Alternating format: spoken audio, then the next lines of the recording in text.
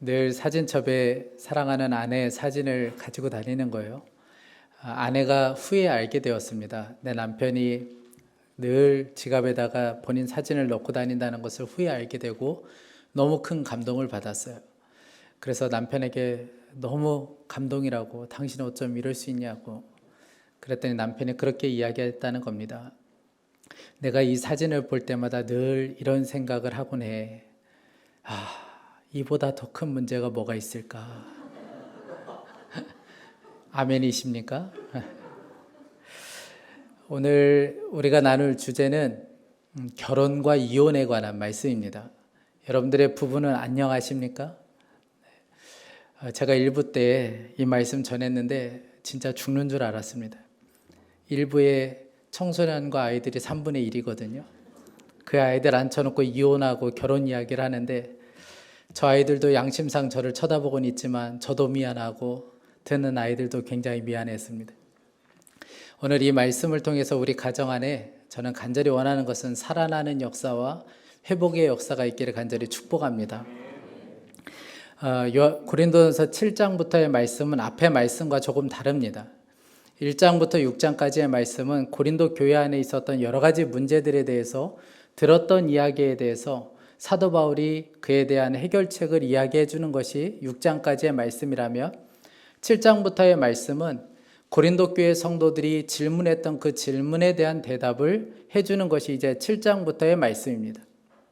그래서 오늘 1절을 보면 이렇게 시작하는데 너희가 쓴 문제에 대하여 말하면, 그들이 문제에 대해서 질문하게 되었고 사도 바울이 이제 그 문제에 대해서 답을 해주고 있다는 것이죠. 그런데 가장 먼저 했던 질문이 뭐냐면 결혼을 해야 되는가 하는 것입니다. 여러분들은 어떻게 생각하십니까? 결혼을 해야 되는 걸까요? 말아야 하는 걸까요? 제가 얼마 전에 통계를 보니까 지난해 2022년도에 통계를 보니까 13살, 그러니까 13살을 무작위로 그냥 조사를 했더니 50% 정도가 결혼을 해야 된다. 그리고 나머지 50%는 결혼을 해도 그만 안 해도 그만, 안 해도 상관없다. 그 비율이 50%고 하지 않아도 상관없다는 이 비율이 점점 올라간다는 거예요.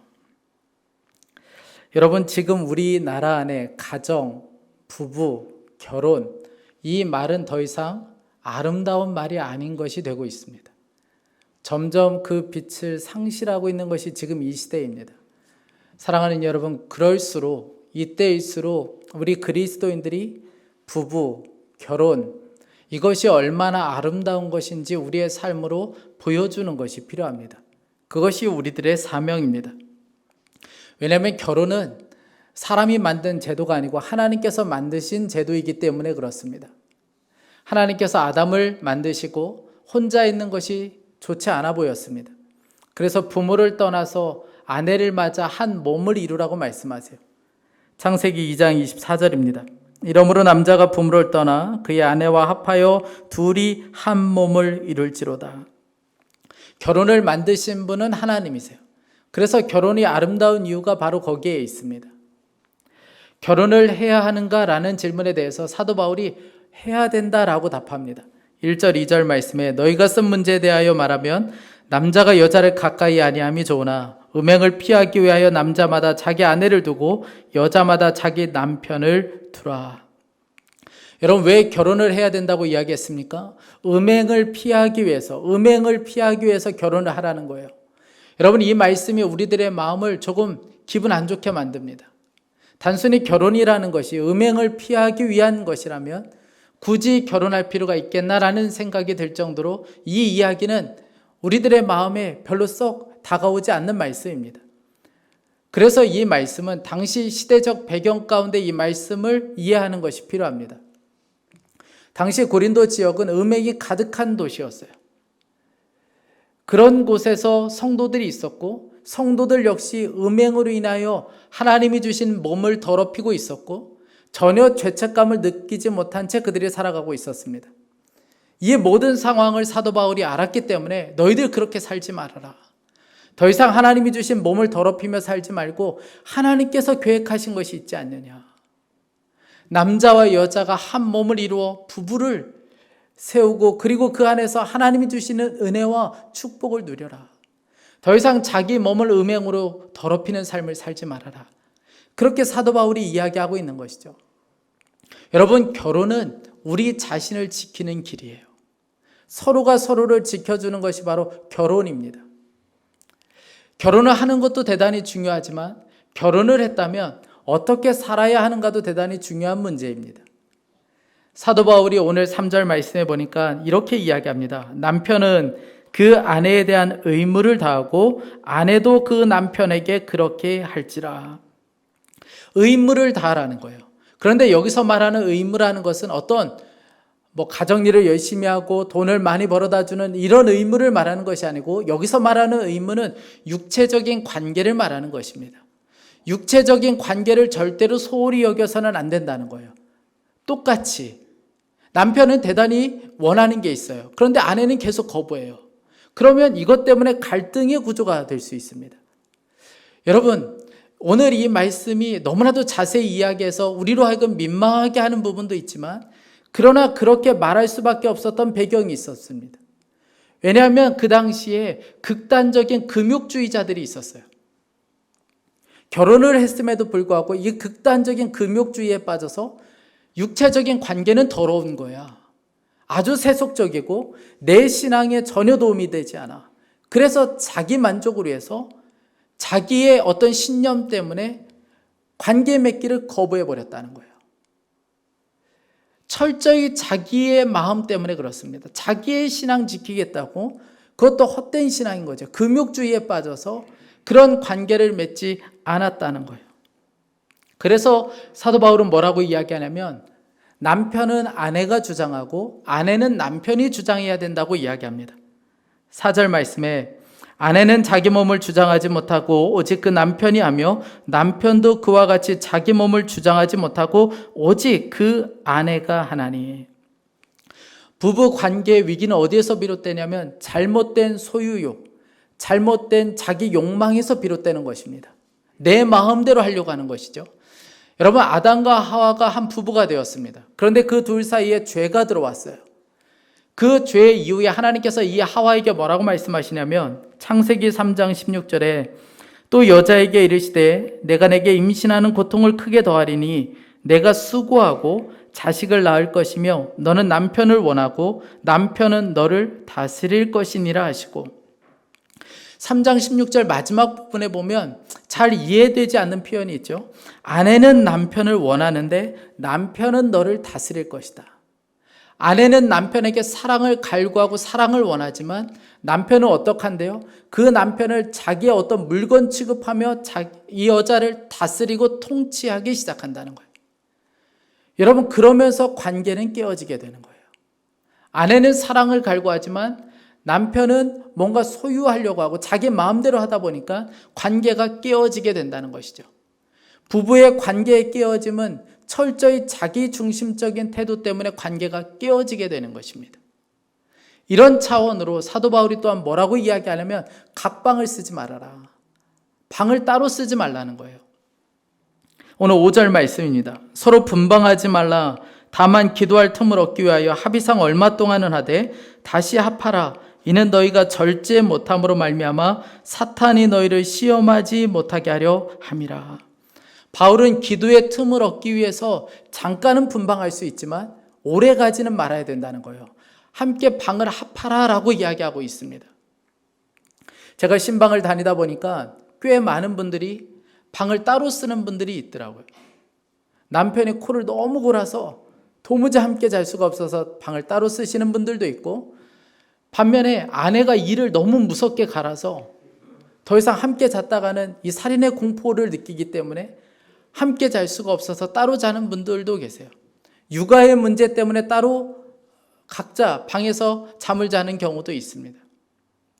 그런데 오늘 말씀을 들었다고 해서 그거 봐, 방 같이 써야 되는 거잖아. 여러분, 그래서 같이 쓰기 시작하면 말도 못하게 고통이 심할 겁니다. 그런데 오늘 사도 바울이 이렇게 말하는 이유가 있어요. 부부 사이에 죄가 틈탈 수 있다는 거예요. 그렇게 각자 방을 따로 쓰다가는 이렇게 계속 가다가는 어느 순간에 죄가 틈타고 들어올 수 있다는 거예요. 어떤 음란의 유혹들이 점점 찾아올 수 있게 된다는 거예요. 남편도 그렇고 아내도 그렇고. 그래서 절대로 틈을 주지 말라는 차원에서 지금 사도 바울이 이 이야기를 하고 있는 것입니다. 각자 방을 쓰지 말라는 거예요. 여러분 항상 조심해야 합니다. 부부 사이에 틈이 생기는 것을 조심해야 합니다. 교회 일 열심히 하는 것도 중요하고 기도 열심히 하고 말씀 열심히 보는 것도 대단히 중요합니다. 그런데 여러분 남편과 아이를 내팽개치고 기도와 말씀에 전무하는 것은 하나님이 기뻐하시는 일이 아니에요. 여러분 가정 안에서 기도한다고 말씀 열심히 본다고 여러분 그러면서 씻지도 않고 집은 엉망으로 해놓고 남편 들어왔는데 막 머리 산발로 해놓고 여러분 그러면 남편은 안녕히 계세요 하고 나가고 싶습니다. 남편분들 그렇습니까? 그렇습니까? 다 저하고 똑같은 마음이신 거죠. 남편들은 그렇습니다. 여러분 왜냐하면 가정은 수도원이 아니에요. 가정은 가정인 겁니다. 여러분 그러는 사이에 미스김이 내 남편을 유혹하면 그러면 내 남편은 그냥 거기에 확 넘어갈 수 있게 되는 거예요. 에이, 그럴 일이 있겠어요? 아니요. 성도들 대부분 많은 경우 그렇게 유혹에 넘어가게 됩니다. 한 여자 성도님이 시집에 왔어요. 그런데 집안이 남편 집안이 엉망인 거예요. 집안 형편도 그렇고 이 시동생들도 그렇고 사는 게 아닌 거예요. 그래서 막 죽을 힘을 다해 열심히 일했습니다. 그래서 시동생들 또 장가도 보내고 그렇게 가정의 가계를 점점 일으켜 세우기 시작했어요. 이제 먹고 살만했어요. 어느 정도 안정이 되었습니다. 그런데 그때 남편이 외도하고 있다는 사실을 알게 돼요. 너무 배신감이 들었어요. 그래서 남편에게 따져 물었습니다. 아니 내가 어떻게 시집에 와서 여기까지 왔는데 내가 당신을 위해서 이 가정을 위해서 내가 한 게 어떤 건데 어떻게 당신이 나에게 이럴 수 있어? 내가 얼마나 헌신했는데 내가 얼마나 눈물을 흘렸는데 당신이 나에게 이렇게 할 수 있어? 여러분 이 아내의 마음을 충분히 이해할 수 있지만 문제는 뭡니까? 열심히 사느라 남편과의 관계는 놓치고 살았던 거예요. 여러분 우리도 이렇게 될 수 있습니다. 절대로 틈을 내줘서는 안 된다는 거예요. 결혼에 대해서 질문하고 그 뒤에 이어서 고린도 교회 성도들이 이혼에 대해서 질문합니다. 이혼을 해야 되는지 말아야 되는지에 대해서 질문하게 돼요. 그런데 이 대답을 할 때에 사도 바울이 앞에서는 이것은 하나님의 명령이 아니다. 주님의 명령이 아니다. 그렇게 이야기했음에도 불구하고 이 이혼에 대해서 이야기할 때는 이것은 주님의 명령이다라고 이야기합니다. 10절 11절 말씀입니다. 결혼한 자들에게 내가 명하노니 명하는 자는 내가 아니요 주시라. 여자는 남자에게서 갈라서지 말고 만일 갈라섰으면 그대로 지내든지 다시 그 남편과 화합하든지 하라. 남편도 아내를 버리지 말라. 여러분 무슨 이야기입니까? 서로 갈라서지 말라는 거예요. 이혼하지 말라는 것입니다. 지난해 통계를 보니까 결혼한 건수가 19만 건이에요. 굉장히 많은 커플이 결혼을 했죠. 그러나 반면에 이혼한 건수는 9만 건입니다. 그 통계를 보다 보니까 조금 특이한 게 있었는데 결혼 생활 30년 이상 했음에도 불구하고 이혼하는 숫자가 2배로 증가했다는 거예요. 30년을 살았는데 전에는 그렇게 이야기했잖아요. 의리로 산다 우리는. 이제는 그것도 없어진 거예요. 여러분 많은 가정들이 이혼의 아픔을 겪고 있습니다. 주님의 뜻은 갈라서지 말라는 거예요. 그런데 오늘 말씀을 보면 사도 바울이 뭐라고 이야기하냐면 갈라설 수 있는 경우가 있다. 배우자가 만약 믿지 않는 배우자가 이혼을 요구하면 갈라서라는 거예요. 오늘 15절 말씀입니다. 혹 믿지 아니하는 자가 갈리거든 갈리게 하라. 형제나 자매나 이런 일에 구애될 것이 없느니라. 여러분 우리 주변에는 지금 믿지 않는 배우자로 인하여 꽤 어려움을 겪고 있는 분들이 있습니다. 여러분은 어떻게 하면 될까요? 믿지 않는 남편, 믿지 않는 아내로 인하여 신체적으로 또 정신적으로 여러 가지 문제들로 인하여 너무나도 큰 고통을 겪고 있다면 여러분은 어떻게 해야 되겠습니까? 참고 인내하며 부부관계를 계속해서 유지하는 것이 중요하죠. 그런데 도무지 견딜 수 없으면 그리고 믿지 않는 배우자가 계속해서 이혼을 요구하면 사도 바울은 갈라서라는 거예요. 그리고 그 갈라선 것으로 인하여 죄책감에 사로잡혀 살지 말라는 거예요. 최선을 다해서 살아보려고 했지만 배우자가 계속해서 이혼을 요구하고 정신적으로 경제적으로 너무나도 큰 고통을 겪고 있다면 갈라서라는 거예요. 그리고 그것으로 인하여 너무 괴로워하고 너무나도 아파하지 말라는 거예요. 그럴 수 있다는 것이죠. 그런데 여러분, 이것은 절대로 악용해서는 안 됩니다. 저에게 결혼에 대해서, 이혼에 대해서 상담하는 분들 대부분은 그렇게 하고 싶은 마음이 있어요. 이혼하고 싶고 갈라지고 싶은 마음이 있어요. 그런데 마지막으로 목사에게 확답을 듣고 싶어서 오시는 분들이 꽤나 많습니다. 그런데 여러분, 이 문제는 절대로 악용되어서는 안 됩니다. 그래서 16절에 곧바로 이렇게 이야기하죠. 16절에 아내 된 자여 내가 남편을 구원할는지 어찌 알 수 있으며 남편 된 자여 내가 내 아내를 구원할는지 어찌 알 수 있으리요. 믿는 자가 먼저 이혼을 요구하지 말라는 것이죠.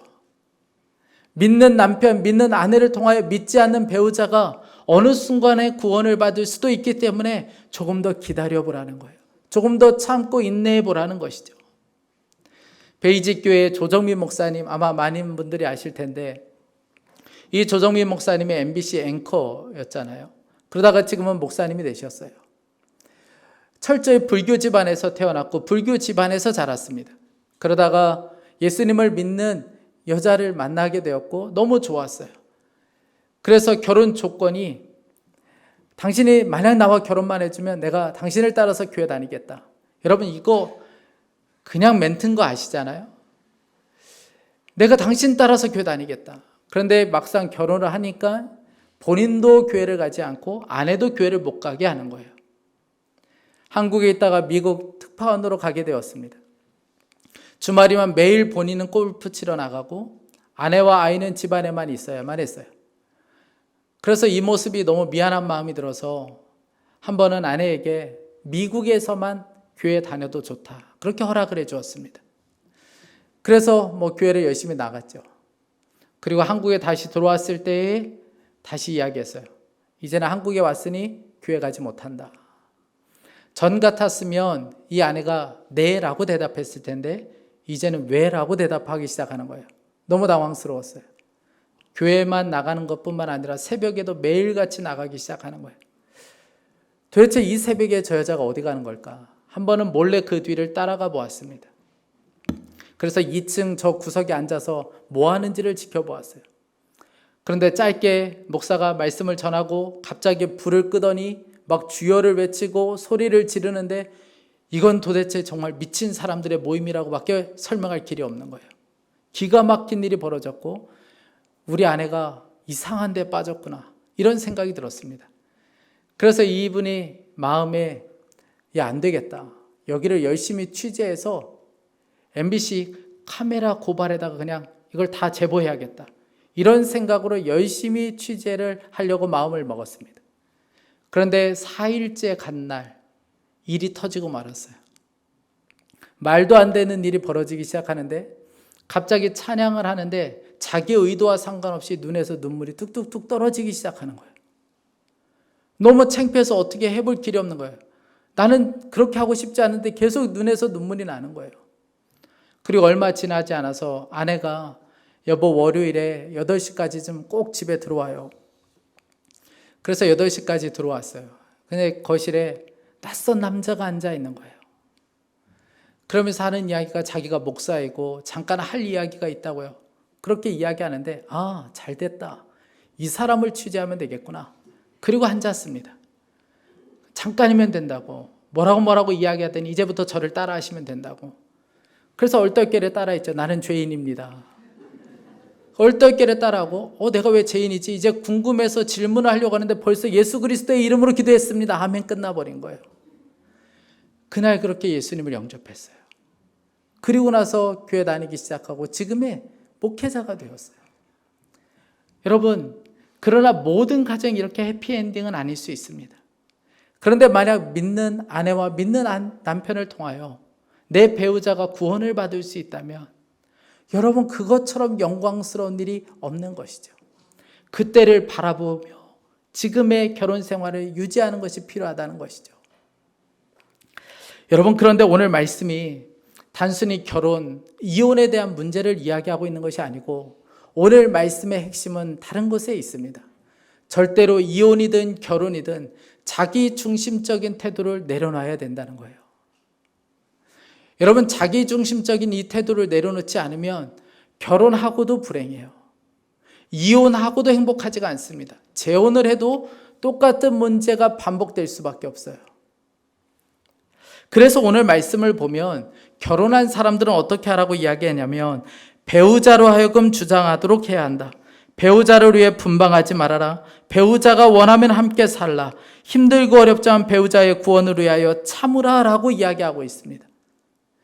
대상이 어디에 있습니까? 나에게 있는 것이 아니고 상대방에게 있는 거예요. 상대방을 위해서 그렇게 살아보라는 거예요. 여러분, 왜 그렇습니까? 우리의 사명, 우리의 부르심은 화평에 있기 때문에 그렇습니다. 오늘 말씀의 핵심이에요. 15절 말씀에 그러나 하나님은 화평 중에서 너희를 부르셨느니라. 우리를 화평 중에 부르셨다는 거예요. 우리의 사명은 화평케 하는 것이 우리들의 사명이라는 것이죠. 그런데 여러분, 왜 우리의 가정은 이렇게 화평하지가 않습니까? 우리의 부부관계는 왜 이렇게 화평하지 않은 것이죠? 계속해서 행복을 요구하기 때문에 그렇습니다. 서로 화평을 위해서 부름을 받았지만 서로 계속해서 자신을 행복하게 해달라고 요구하기 때문에 그렇습니다. 나 좀 행복하게 해줘봐. 아니, 당신이 나 좀 행복하게 해줘봐. 여러분, 그 사람은 나를 완벽하게 행복하게 해줄 수 있는 사람이 아니에요. 죽었다 깨어나도 그 사람은 나를 완벽하게 행복하게 만들어줄 수 없는 사람입니다. 그런데 계속해서 행복을 요구하다 보니까 관계는 깨어지게 되는 것이죠. 사랑하는 여러분, 우리는 행복하게 되려고, 우리는 사랑받으려고 결혼하는 것이 아니에요. 그 사람을 행복하게 해주려고, 그 사람을 더 사랑하려고 하는 것이 바로 결혼입니다. 우리는 화평을 위해서 부름을 받았기 때문에 그렇습니다. 여러분, 이 화평이 어떻게 이루어졌습니까? 예수님께서 십자가에서 자기 육체의 죽음을 통해서 화평을 이루어 주셨어요. 우리 다 함께 에베소서 2장 14절 말씀을 읽어보겠습니다. 그는 우리의 화평이신지라 둘로 하나를 만드사 원수된 것 곧 중간에 막힌 담을 자기 육체로 하시고. 여러분, 인간은 죄로 인하여 하나님께 나아갈 수 없게 되었습니다. 그런데 예수님께서 자기 육체로 십자가에서 죽음을 통해서 하나님과 하나 되게 하셨어요. 화평하게 해주셨습니다. 저와 여러분은 화평에 대해서 도무지 알지 못하는 사람들이었어요. 그런데 예수 그리스도의 십자가를 통해서 우리는 화평이 무엇인지를 알게 되었습니다. 그래서 이 화평을 경험한 사람들은 다른 사람과 화평할 수 있는 힘이 생기게 된 거예요. 여러분, 왜 믿는 그리스도인들에게만 이렇게 주님이 요구하시는 걸까요? 왜 너희들은 화평해야 된다? 왜 우리들에게만 이렇게 말씀하시는 걸까요? 왜냐하면 우리만 화평을 경험해 본 사람들이기 때문에 그렇습니다. 예수 그리스도의 그 십자가를 통하여 화평이 무엇인지를 경험해 보았기 때문에 저와 여러분에게 화평을 요구하고 계시는 거예요. 그래서 이 화평을 경험한 사람들은 다른 사람과도 화평할 수 있게 되는 거예요. 사랑할 수 있게 되었고 하나 될 수 있게 되었어요. 내 아내와 내 남편과 하나 되기를 간절히 원하게 되었고, 어떻게 하면 내 배우자가 하나님과 하나 될 수 있을까를 생각하게 되었고, 그것을 간절히 바라기 시작했습니다. 여러분, 그렇게 화평하려다가 관계가 새롭게 되는 거예요. 그렇게 화평하게 하려다가 여러분 서로 더 사랑하게 되고 관계 안에 회복의 역사가 일어나는 비결이 바로 거기에 있습니다. 여러분, 이게 바로 결혼 생활이에요. 이것이 바로 저와 여러분의 부르심입니다. 제가 몇 개월 전에 조서환 집사님이라는 분의 간증을 듣게 되었는데, 이 조서환 집사님은 애경 산업의 상무로 지내신 분이세요. 여러분들이 잘 알고 있는 하나로 샴푸 2080, 그것을 만들어내신 분이 이분이십니다. 그리고 우리가 한창 유행했던 쇼를 하라 쇼, 그것을 만드신 분이 바로 이 조서환 집사님이세요. 지금은 아시아 태평양 마케팅 포럼의 회장을 맡고 있습니다. 이분은 오른손이 없어요. 23살에 소위로 인간했다가 수류탄 사고가 터져서 그만 이 파편 때문에 오른손을 잃게 되었습니다. 정신을 깨보니까 병원에 입원하고 있는 거예요. 그 순간에 너무 보고 싶은 사람이 있었어요. 사귀는 여자친구가 너무 보고 싶었습니다. 그래서 여자친구에게 전화를 했더니 여자친구가 한 걸음에 달려와 주었어요. 그런데 이 조서환 씨를 보고 한동안 말을 하지 못하고 서 있었습니다. 오랫동안 하고 싶었던 질문이 하나 있었어요. 계속 머뭇거리다가 30분 정도 지나서 그렇게 질문했습니다. 그래도 나를 사랑해? 이 여자친구가 아무 말 하지 않고 고개만 2번 끄덕였어요. 이 조서환 씨가 날아갈 것 같이 기뻤어요. 이 여자친구가 어떻게 했냐면 병원 옆으로 집을 옮겼습니다. 그리고 그때부터 정말 힘을 다해서 이 조서환 씨를 옆에서 병간호를 했어요. 어느 날 병간호를 하고 있는데 아버지가 병원으로 쫓아왔어요. 그리고 이 여자친구를 막 끌고 가려고 하는 거예요. 안 간다고 이야기하니까 그 아버지가 너 그럼 결정해. 이 남자야 나야. 여기서 결정해. 그때 이 자매가 참 지혜롭게 이야기했어요. 아빠 생각해봐. 아빠가 만약 사고로 팔이 없다고 생각해봐. 그러면 엄마가 어떻게 했을 것 같아? 나는 이 남자의 팔을 사랑한 것이 아니고 이 남자의 전부를 사랑하고 있어. 나는 이 남자의 팔을 사랑한 게 아니야. 결국 아빠가 졌어요. 그리고 돌아갔습니다. 이 모습을 조서환 씨가 보고 너무 감동을 받은 거예요. 그러면서 마음 가운데 어떤 마음을 가졌냐면 내가 평생 저 여자를 위해서 살리라. 내 평생 저 여자만 행복하게 해주리라. 그런 마음을 가지고 둘이 결혼을 하게 되었습니다. 그런데 현실은 만만치가 않은 거예요. 오른손 없는 사람을 누가 써주겠습니까? 곳곳에 갈 때마다 실패요, 절망이요, 낙심이었어요. 그런데도 불구하고 그 어려움의 시간을 견딜 수 있었던 것은 이 마음 때문에 그랬습니다. 내가 저 여자만을 행복하게 해주리라. 이 마음 때문에, 이 사랑 때문에 여기까지 견딜 수 있었다는 거예요. 사랑하는 여러분, 내가 저 남자만을 행복하게 해주리라. 내가 저 사람을 하나 되게 하리라. 내가 저 사람과 하나 될 뿐만 아니라 저 사람으로 하여금 하나님과 하나 되게 만들리라. 여러분, 이 마음이 분명하면 어떤 것도 이길 수 있는 것이 부부의 삶이에요. 그것이 바로 부부입니다. 이 마음만 분명하면 어떤 어려움도 이겨나갈 수가 있어요. 많은 분들이 그런 이야기예요. 부부로 사는 것이 너무 힘들다. 이렇게 힘든 줄 몰랐다. 저 사람하고 나하고는 도무지 안 맞아서 더 이상 살 수 없겠다. 그렇게 이야기하는 분들이 있습니다. 여러분, 그런데 결혼 생활만 어렵습니까? 직장 생활은 괜찮습니까? 직장 생활 만만치 않잖아요. 여러분, 공부하는 학생들은 쉽겠어요? 공부하는 거 더 어렵습니다. 그런데 여러분 끝까지 가잖아요. 하잖아요. 그런데 여러분, 결혼 생활은 왜 쉬울 거라고 생각하세요? 한 남자와 한 여자가 만나서 결혼하는 것이 왜 쉽다고 생각합니까? 어려운 것은 당연한 거예요. 그러나 여러분, 포기하지 말아야 합니다. 저는 여러분들에게 우리 조금 더 열심히 노력해보자, 여러분, 그 말씀을 드리는 것이 아닙니다. 왜냐하면 여러분들이 살아보셔서 알잖아요. 열심히 노력해서 안 된다는 것을 여러분, 우리가 철저히 깨닫고 있지 않습니까? 열심히 노력해서 될 문제가 아니고 우리가 바로 화평으로 해서 부름을 받았다는 사실을 기억하자는 거예요. 저와 여러분은 화평으로 해서 부름받은 사람들입니다.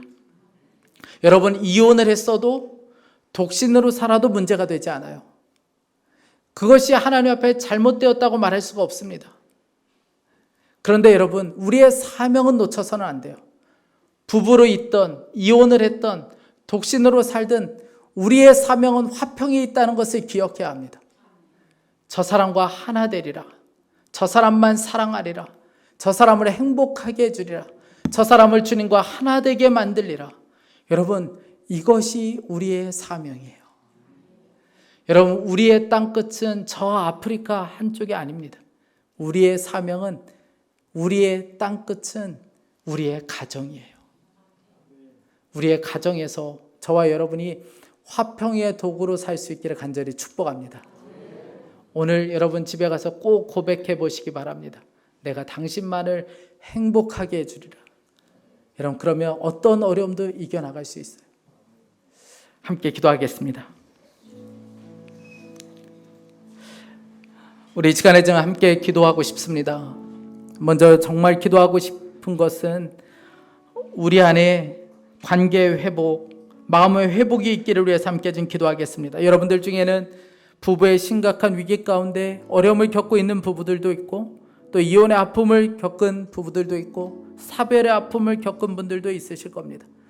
사랑하는 여러분, 오늘 주님은 여러분들의 마음을 만지시길 원하십니다. 하나님, 모진 말로 서로에게 상처 주었던, 그러면서 우리 자녀들에게도 깊은 상처를 주었던 하나님, 이 아픔과 이 어려움, 슬픔을 주 예수 그리스도의 보혈로 깨끗하게 해주십시오. 하나님, 깨어진 우리의 관계를 다시 한번 회복시켜 주옵소서. 주 예수 그리스도 안에서 온전한 회복의 역사가 있게 하여 주시고, 우리 마음 안에 온전한 치유와 회복을 허락하여 주옵소서. 우리 간절한 마음으로 함께 합심하여 기도하겠습니다. 사랑하는 하나님 아버지, 누구에게도 말할 수 없지만 하나님 아버지, 너무나도 아프고 너무나도 힘들고 괴로운 삶을 살아가는 하나님 부부들도 있습니다. 하나님 아버지, 도무지 어떻게 해야 될지 모르는 큰 어려움과 아픔 가운데 있는 부부들도 있습니다. 도무지 견딜 수 없어서 하나님 아버지, 서로 갈라서야만 했던 이혼의 아픔을 겪은 부부들도 있습니다. 사랑하는 하나님 아버지, 저들의 마음을 위로하여 주시길 원합니다. 하나님, 모진 말로 서로에게 상처 주고 아프게 했던 하나님 아버지, 그 상처와 아픔을 주님께서 싸매어 주시길 원합니다. 하나님 아버지, 그 사이에 깊은 아픔과 상처를 받았을 우리 자녀들을 주님께서 위로하여 주시길 원합니다. 하나님 아버지, 우리를 용서하여 주십시오. 그저 철저히 자기중심적인 생각으로 하나님, 모진 말로 서로에게 험하게 다루었던 하나님 아버지, 서로를 귀하게 여기지 못했던 것을 용서하시고 하나님 아버지, 우리를 불쌍히 여겨주시기 원합니다. 우리의 마음의 상처와 우리의 아픔을 주님 위로하여 주십시오. 하나님 아버지, 기쁜 아픔을 주님께서 위로하여 주시고 오늘 사랑하는 성도들의 마음을 주님 만져주시길 원합니다. 하나님 아버지, 주님께서 위로하여 주십시오. 하나님, 괜찮다고 말씀하여 주십시오. 하나님 아버지, 여전히 주님이 함께 하시며 하나님 아버지, 주님이 다 보았다고 말씀하여 주십시오. 얼마나 하나님 아버지, 주님께서 저들을 사랑하시는지 말씀하시고 주님께서 위로하여 주시고 말씀하여 주시기 원합니다. 오늘 사랑하는 부부들 안에 온전한 회복의 역사를 주시고 온전한 만지심을 주시기를 간절히 소망합니다. 우리 자녀들을 치유하여 주십시오. 마음의 깊은 상처와 아픔을 겪고 있는 우리 자녀들의 마음도 위로하여 주시고 하나님 아버지, 주님께서 위로하여 주시기 원합니다. 사랑하는 하나님 아버지, 모든 부부 안에 온전한 회복의 역사를 주시고 주의 치유하심과 만지심을 경험할 수 있게 하여 주십시오. 오늘 주님 살아나게 하여 주시고 생명의 역사를 허락하여 주시길 원합니다. 오 주님, 역사하소서. 손에 기름을 부어주소서. 하나님 아버지, 주의 보혈로 덮어주셔서 온전한 치유를 주시기를 간절히 소망합니다. 오 주님, 역사하소서.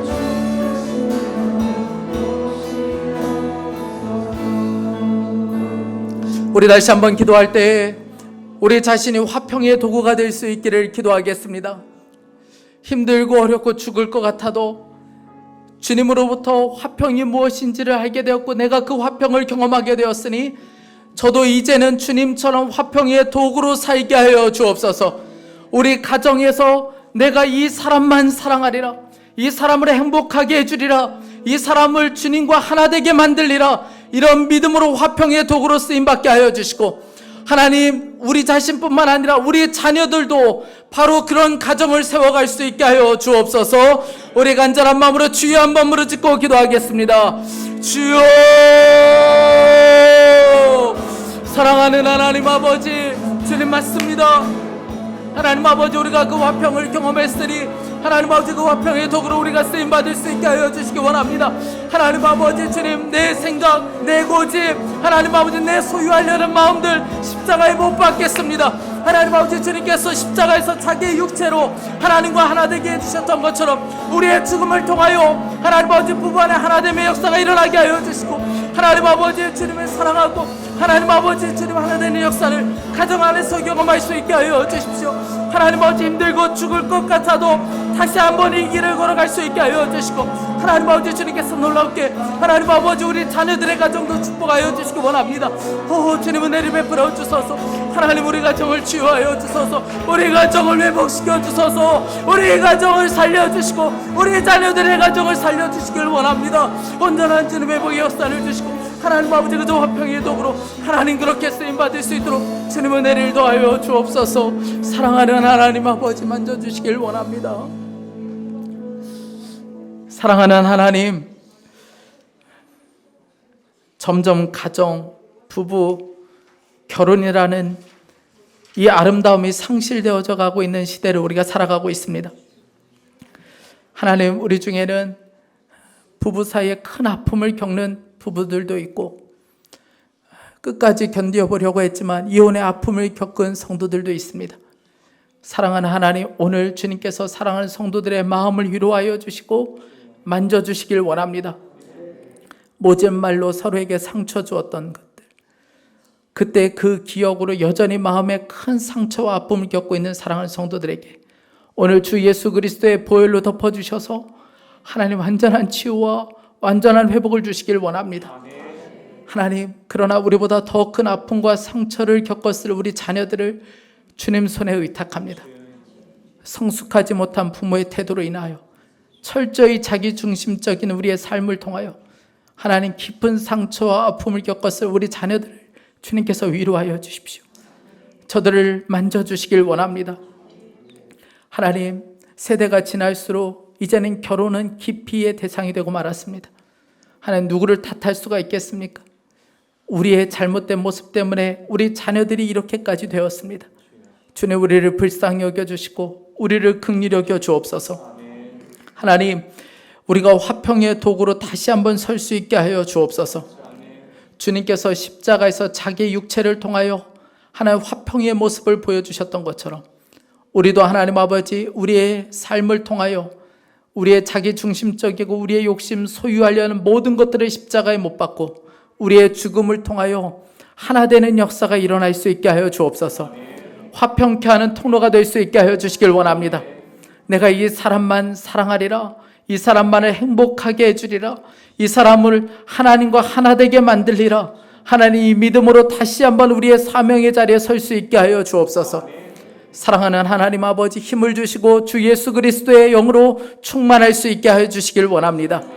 하나님, 가정 안에 온전한 치유와 회복의 역사가 있게 하여 주시고 주님이 기뻐하시는 가정으로 온전히 세워져 갈 수 있게 하여 주옵소서. 하나님, 오늘도 주님 앞에 예배하며 귀한 예물을 봉헌하여 드렸습니다. 정말 주님을 사랑하는 마음으로 드렸으니 주님께서 기쁘게 받아주시고 하나님의 영광을 위하여 이 예물이 쓰임받게 하여 주옵소서. 하나님, 교회 곳곳이 아름답게 꾸며질 수 있게 해주셔서 감사합니다. 이곳에서 하나님을 아이들이 예배할 때 정말 주 예수님을 깊이 만나는 역사가 있게 하여 주옵소서. 성도들이 곳곳에서 눈물로 교제할 때 그곳에서 치유와 회복의 역사를 경험할 수 있게 하여 주옵소서. 하나님, 감사합니다. 지금도 병든 자를 고쳐주시길 원합니다. 주 예수 그리스도의 보혈로 하나님 깨끗함을 얻게 하여 주옵소서. 하나님, 감사합니다. 주 예수 그리스도의 이름으로 기도했습니다. 아멘.